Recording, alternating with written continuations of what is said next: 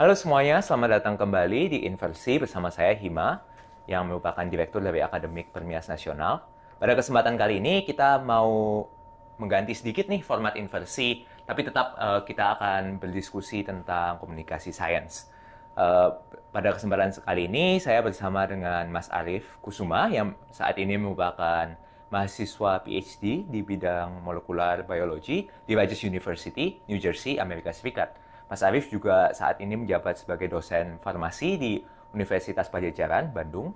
Uh, Boleh tahu nih Mas Arief, apa sih yang membawa Mas Arief sekarang kayak studi dari farmasi, ngajarnya farmasi, lalu sekarang studi di S3 di Amerika Serikat tentang molekular biology. Oke, em, sebelumnya terima kasih Hima telah diundang ke acara Inversi hari ini. Jadi, apa yang memotivasi saya untuk kemudian melanjutkan studi doktoral saya di Amerika Serikat adalah diawali, seingat saya waktu itu tahun 2015 sampai tahun 2017, pertama kali saya berinteraksi dengan Rutgers University melalui program USAID Research Internship Fellowship, di mana mahasiswa tingkat master dari Rutgers diundang untuk melakukan summer research selama kurang lebih 3 bulan di Indonesia, dan sebagai host university-nya saat itu ada dua yang diberi kesempatan oleh USAID, yaitu UNPAD dan Universitas Indonesia di Jakarta. Kebetulan untuk yang di UNPAD, saya kemudian dipercaya oleh Fakultas Farmasi sebagai project director untuk kegiatan ini. Nah, setelah itu, setelah akhir dari USAID Research Internship Fellowship ini sebagai salah satu upaya balas budi dari Rutgers, karena mereka merasa UNPAD telah menjadi host yang baik, kemudian mahasiswanya difasilitasi untuk melakukan riset sedemikian rupa di Indonesia. Kemudian saya diundang sebagai visiting scholar selama 1 tahun, dari tahun 2018 sampai tahun 2019 di Rutgers University. Dan itulah kemudian yang memikat hati saya untuk kemudian melanjutkan studi saya di Amerika, karena kultur, terutama di New Jersey yang saya rasakan sendiri, kultur inklusivitas dalam, baik itu dalam melaksanakan riset maupun berkehidupan sehari-hari, interaksi sosial dengan masyarakat, interaksi sosial dengan sesama pelajar, itu sangat saya rasakan di sini. Saya tidak mendapatkan, atau sejauh ini alhamdulillah tidak pernah mengalami diskriminasi, semuanya dapat difasilitasi dengan baik, seperti itu. Kemudian sekembalinya saya dari program visiting scholar tadi, saya apply beasiswa PhD yang saat itu didanai oleh Dikti dan Fulbright, atau programnya yang sejauh ini kita kenal dengan nama Dikti Funded Fulbright PhD Program. Dan alhamdulillah saya diterima, dan again universitas tujuan saya adalah Rutgers University, karena saya sudah memiliki keterikatan sebelumnya, sudah tahu orang-orangnya, sudah tahu risetnya seperti apa, sehingga itu saya rasa akan memudahkan saya dalam proses adaptasi itu sendiri. Seperti itu Hima, kurang lebih ceritanya. Menarik sekali nih Mas Arief.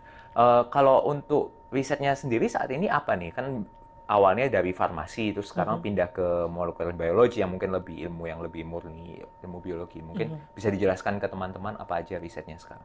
Oke, jadi setelah saya bergabung dengan program Molecular Bioscience di Rutgers ini, di tahun kedua saya melaksanakan 3 rotasi. Jadi mungkin bagi penonton yang tidak familiar dengan sistem PhD di Amerika, begitu bergabung ke universitas, itu kita tidak langsung otomatis melaksanakan riset. Tahun pertama saya ketika saya bergabung dengan Rutgers itu full course, di mana saya hanya mengambil kuliah dan tidak melaksanakan riset. Baru di tahun kedua kemudian kita mahasiswa PhD diminta untuk melakukan rotation. Kita melaksanakan riset selama kurang lebih 3 bulan dalam satu lab, dan kemudian kita melaksanakan itu di 3 lab yang berbeda. Jadi kurang lebih totalnya sekitar 9 bulan kita melaksanakan riset di lab yang berbeda untuk tahu project apa saja yang ada di lab itu, kemudian bagaimana environment di lab itu sendiri, apakah PI-nya suportif terhadap kinerja kita, apakah lab mates atau rekan-rekan di lab kita juga memberikan dukungan ketika kita melaksanakan riset. Itu juga menjadi salah satu faktor yang penting yang menjadi pertimbangan apakah kemudian saya akan bergabung dengan lab A, lab B, atau lab C. Nah, salah satu lab tempat saya melakukan rotasi waktu itu ini berlokasi di Center of Advanced Biotechnology and Medicine. Jadi tagline yang kami miliki di CABM itu adalah where biology becomes medicine. Jadi berangkatnya memang dari riset biologi dasar, tapi aplikasi kami adalah mentargetkan untuk bisa diaplikasikan dalam bidang kesehatan. Itu yang kemudian saya rasa sangat connect ya dengan basic saya sebagai seorang farmasis atau apoteker. Jadi salah satu lab yang tempat saya berotasi di tahun kedua itu mempelajari atau berkonsentrasi untuk mempelajari bagaimana pasien autis itu dapat mengalami atau dapat memiliki makrocephaly, atau lebih sederhananya seperti ini, 20% dari pasien autisme itu hadir dengan makrocephaly, yaitu kondisi di mana pasien memiliki kepala dan jaringan atau organ otak yang ukurannya abnormal, lebih besar dibandingkan orang biasa. Nah, sampai sejauh ini belum diketahui apa yang menjadi penyebab otak maupun kepala yang lebih besar, ukuran kepala yang lebih besar di pasien-pasien autisme ini. Nah, studi terdahulu di lab kami menemukan bahwa ada 2 cancer pathway atau 2 jalur metabolisme kanker yang abnormal pada pasien autis ini. Nah, inilah kemudian yang saya ingin explore lebih jauh, apakah memang jalur kanker ini yang bertanggung jawab terhadap terjadinya makrocephaly pada pasien-pasien autisme ini. Nah, untuk mempelajari hal tersebut, kami menggunakan teknik yang dikenal dengan nama cellular reprogramming techniques, di mana kami menggunakan bisa 2 ya, apakah itu skin cells atau sel kulit maupun blood cells atau sel darah yang kita convert ulang menjadi induced pluripotent stem cells, jadi sel punca yang bisa berdiferensiasi menjadi berbagai macam jenis sel lainnya. Setelah kami mengkonversi ini menjadi induced pluripotent stem cells, kami mendifferentiate mereka untuk menjadi neural progenitor cells atau NPCs atau sel yang ada di otak. Sehingga karena sel ini berasal langsung dari pasien autisme, sel ini kemudian merepresentasikan atau membawa sifat-sifat genetik yang mungkin termutasi yang ada di dalam pasien tersebut, yang kemudian apakah itu bertanggung jawab untuk membuat dia menjadi makrocephaly atau tidak, ini yang sekarang sedang kami teliti. Tujuannya adalah ketika kami bisa narrow down pathway yang bertanggung jawab untuk menjadikan makrocephaly tadi, tentunya kalau misalnya pathway itu teraktivasi secara berlebihan, kami tentunya akan berencana untuk membuat inhibitor untuk menghambat aktivasi secara berlebihan itu. Atau sebaliknya, kalau pathway ini terinhibit pada pasien-pasien tersebut, kami kemudian berencana untuk bisa membuat small molecules atau obat yang bisa mengaktifasi pathway-pathway yang terinhibisi ini. Tentunya dengan harapan mencegah terjadinya makrocephaly kepada pasien-pasien autisme tadi. Karena dengan mereka memiliki kepala yang lebih besar, ukuran kepala yang lebih besar, ukuran otak yang lebih besar, mereka juga terdampak terhadap kehilangannya developmental milestone atau poin-poin penting dalam pertumbuhan mereka. Contohnya, karena ukuran otak yang lebih besar, tentunya sinapsis mereka, sistem saraf mereka terganggu, sehingga mereka kehilangan salah satu skill terpentingnya, itu adalah kemampuan untuk melakukan interaksi sosial, berkomunikasi. Itu yang kemudian membuat mereka memiliki tanda-tanda yang umum kita jumpai di autisme, yaitu kesulitan berkomunikasi dan kemudian membuat mereka lebih asik dengan kegiatannya sendiri, yang kemudian itu menjadi repetitive behavior yang kemudian mengimpair social skill mereka, seperti itu.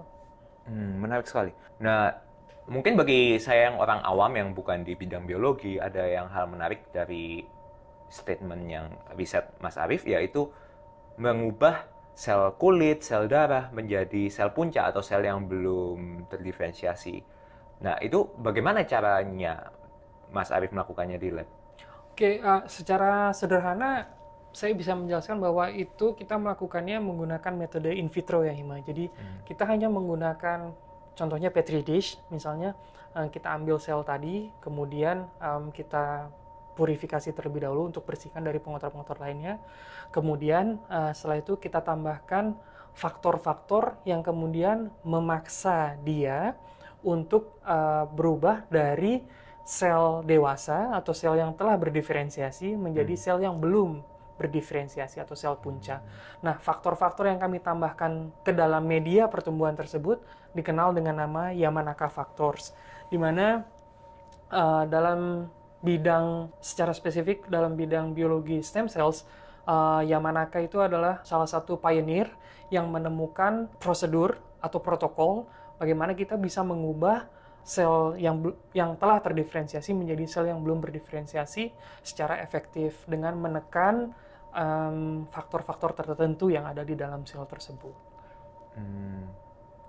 Nah, faktor-faktor ini contohnya bentuknya apa nih? Apakah itu dengan kita zat-zat kimia atau kita mungkin melakukan hal-hal, kan saya aslinya dari bidang fisika, apakah itu sesuatu laser atau apa gitu? Ya, jadi kombinasi bisa saya sampaikan ya Hima. Kalau faktor-faktor yang kita tambahkan itu apa saja, ada senyawa-senyawa kimia yang kita gunakan, ada juga enzim atau protein kompleks juga yang kita tambahkan untuk kemudian mensupres atau menghambat ekspresi dari gen tertentu yang kemudian ketika gen itu dihambat, dia akan kehilangan sifat sel mature-nya. Dia akan kehilangan sifat sebagai sel dewasanya dan kemudian kembali menjadi sel-sel punca atau sel yang belum berdiferensiasi.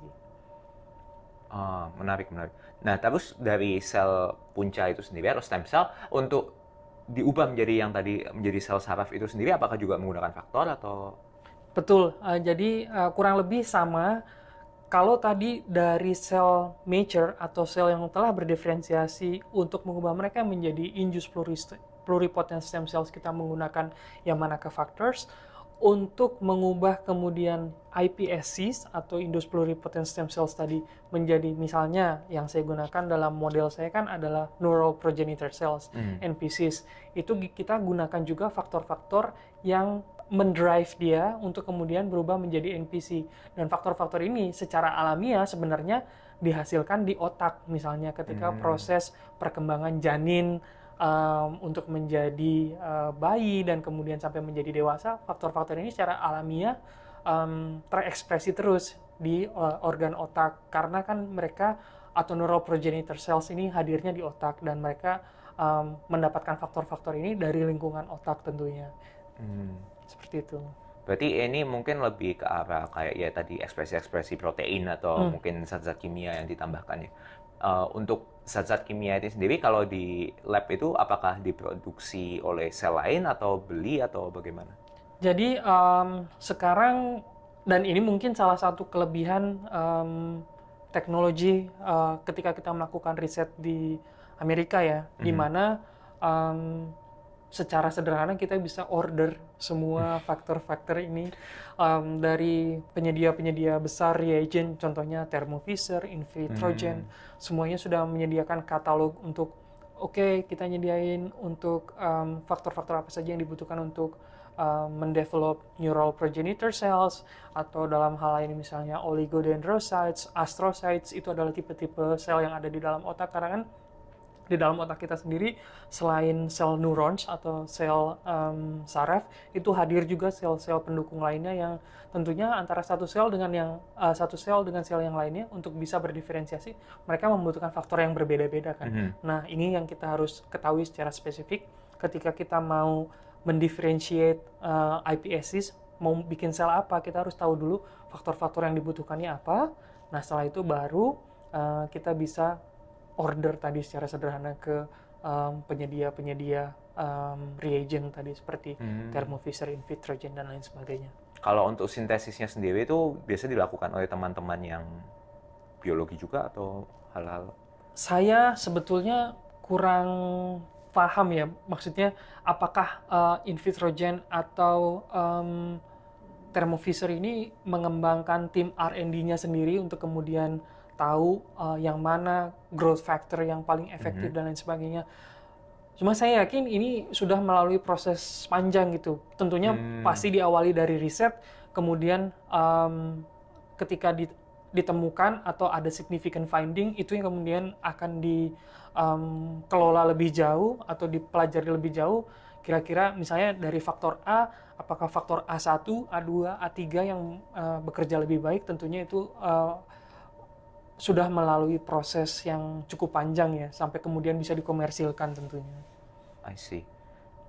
Mungkin kita kembali lagi ke fokus risetnya Mas Arief nih, yang dimana mencari pathways untuk kayak, mungkin kalau saya tidak salah mengerti, bagaimana caranya obat bisa langsung tepat sasaran ke betul. targetnya.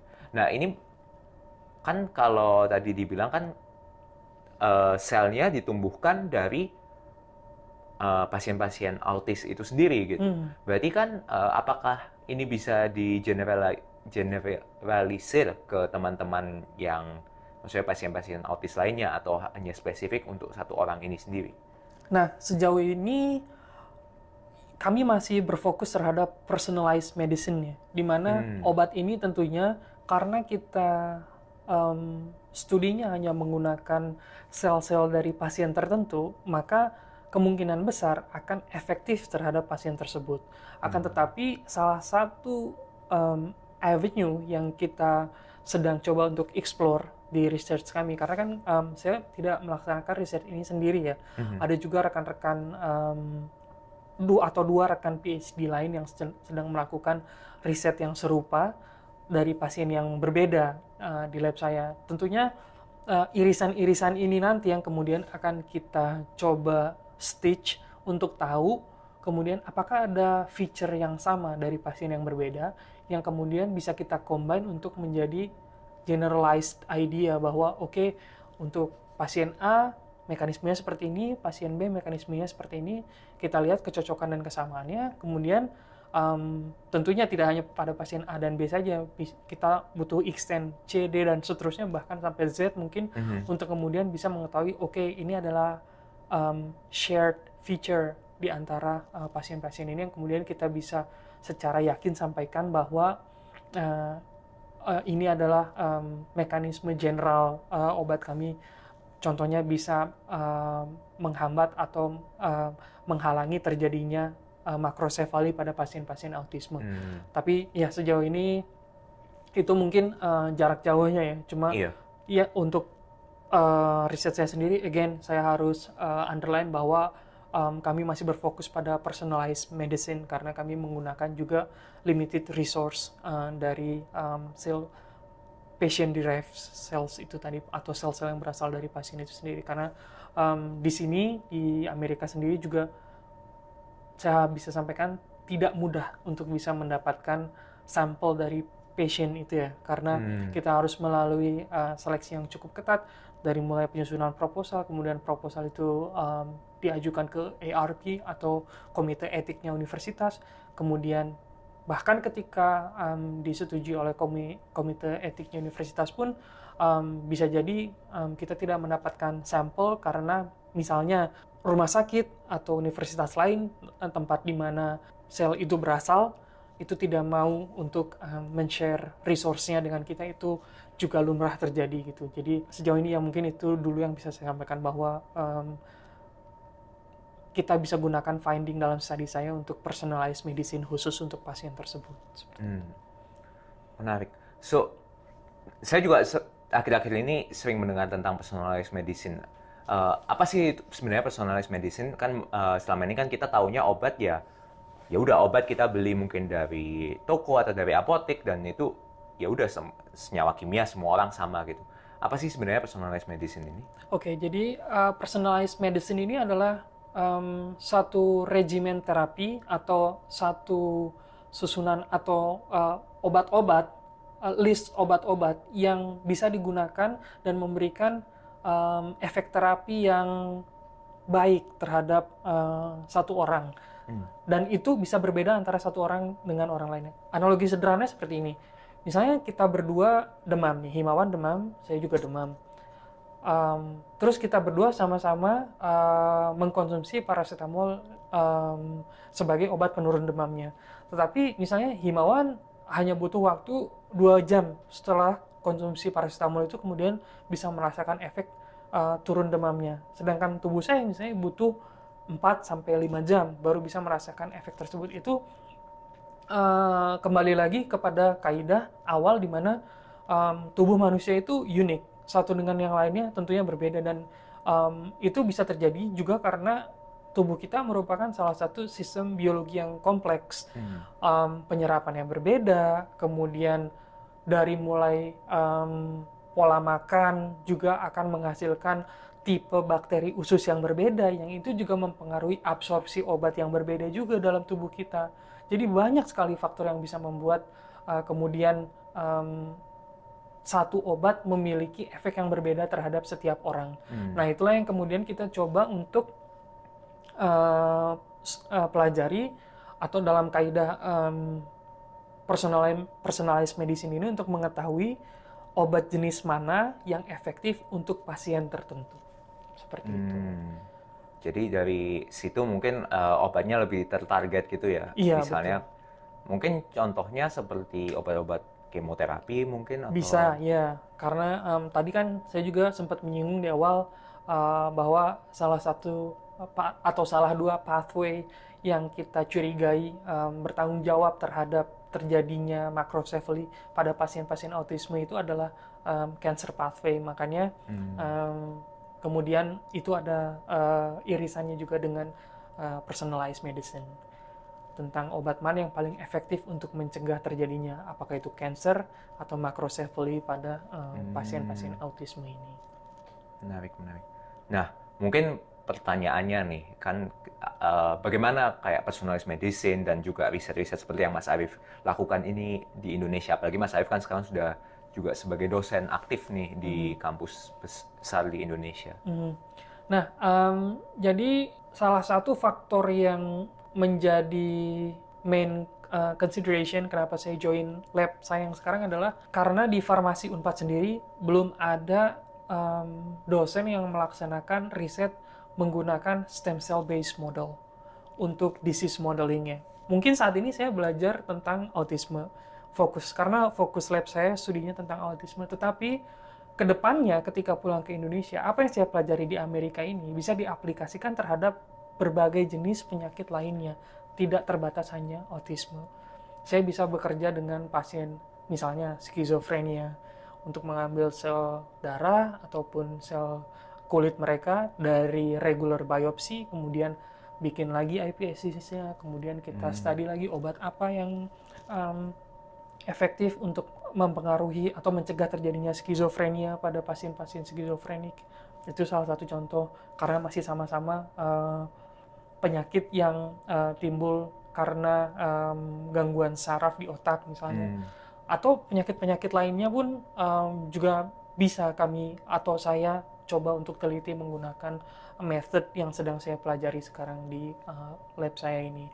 Ya, kalau ditanya tadi, balik lagi ke pertanyaan Hima, apakah apa yang kemudian saya bisa aplikasikan di Indonesia? Tentunya apa yang saya pelajari sekarang itu bisa diaplikasikan terhadap berbagai jenis penyakit mungkin yang saya mungkin nggak berbagai jenis ya, cuma yang deket aja ya, penyakit-penyakit yang ada relasinya dengan sel saraf ataupun organ otak itu sendiri gitu. Nah, mungkin nih kalau buat teman-teman yang misalnya tertarik nih belajar, kita juga sempat mengundang salah satu narasumber yang mempelajari tentang obat juga, tapi melalui desain, kalau tidak salah melalui desain dengan AI, dengan kayak bagaimana molekulnya berinteraksi.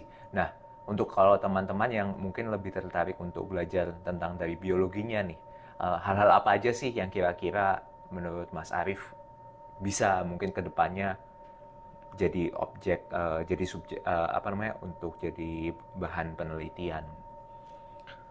Kalau untuk bahan penelitian sendiri ya, saya rasa bagi teman-teman yang sekarang sedang melaksanakan studi di bidang biologi atau yang terkait dengan biologi, apapun yang teman-teman pelajari saat ini, itu pasti ada manfaatnya di masa depan. Itu yang saya rasakan sendiri ya.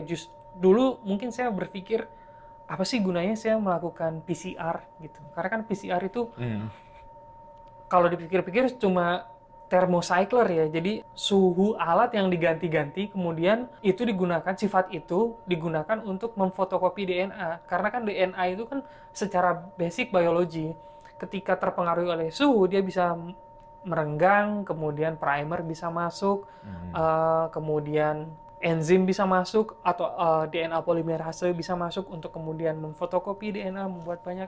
Itu dulu kalau saya pikir, apa sih fungsinya kita melakukan seperti itu? Nggak kebayang gitu kalau dulu. Tapi kalau sekarang kita kebayang bahwa oke, kita butuh sampel DNA yang banyak, dalam jumlah yang banyak, untuk bisa melakukan contohnya analisis RT-qPCR atau real time quantitative PCR untuk mengetahui misalnya jadi salah satu bagian dalam proyek saya itu membandingkan level RNA antara pasien autisme tadi dengan orang-orang yang sehat. Jadi ada gen-gen tertentu yang kita tertarik untuk selidiki, apakah gen ini tuh terekspresi secara berlebih atau kurang di pasien-pasien autisme. Dan itu kan kita bandingkannya dengan orang yang sehat kan. Iya. Nah, ya itu tadi, balik lagi ke teknik dasarnya, kita bisa melakukan RT-qPCR ini kalau kita tahu bagaimana cara melakukan PCR. Gitu. Jadi, aplikasi dari biologi itu luas sekali ya. Saya tidak akan membatasi hanya bisa kemudian connected dengan medicine, karena kebetulan memang saya farmasis, cuma dari awal saya melaksanakan skripsi itu udah erat sekali skripsi yang saya lakukan dengan bidang biologi. Makanya saya tend to stay di biologi ini karena saya sudah ibaratnya familiar dengan teknik-teknik dan mungkin pengetahuan-pengetahuan dasar tentang kenapa kita PCR, bagaimana melakukan PCR seperti itu. Jadi itu lebih mudah untuk saya bisa beradaptasi seperti itu. Cuma yang saya lihat kan di Amerika ini sendiri luas banget ya aplikasi biologi ini. Kayak saya bisa sampaikan, next to CABM Building itu ada namanya Proteomics Building di sini di Rutgers, yang itu satu gedung fokus mempelajari tentang berangkat dari struktur sampai ke functionality-nya protein. Dan itu banyak banget protein yang mereka pelajari, nggak cuma yang terkait dengan penyakit misalnya, tapi juga terkait dengan pangan, terkait dengan sport science, enrichment protein apa yang ada di tubuh atlet, yang kemudian dengan kolaborasi dengan bidang nutrisi, apa nutrisi-nutrisi yang mempengaruhi enrichment ini untuk bisa terus terjadi di dalam tubuh atlet sehingga mendorong performa mereka menjadi selalu baik gitu. Itu menarik juga. Saya sempat hadir di simposium yang membahas tentang hal itu, dan berangkatnya tentu dari biologi tapi aplikasinya bisa kemana-mana gitu. Ya. Menarik sekali Mas Arief. Mungkin mengingat waktu, kita sudahin di sini pembicaraan kita di Investasi pada kali ini. Mungkin kalau ada 1-2 kalimat terakhir, kayak apa sih intisari dari riset Mas Arief dan mengapa Mas Arief suka? Oke, intisari dari riset saya adalah bagaimana saya bisa mencegah terjadinya makrosefali atau terjadinya perkembangan ukuran kepala dan otak yang abnormal pada pasien-pasien autisme.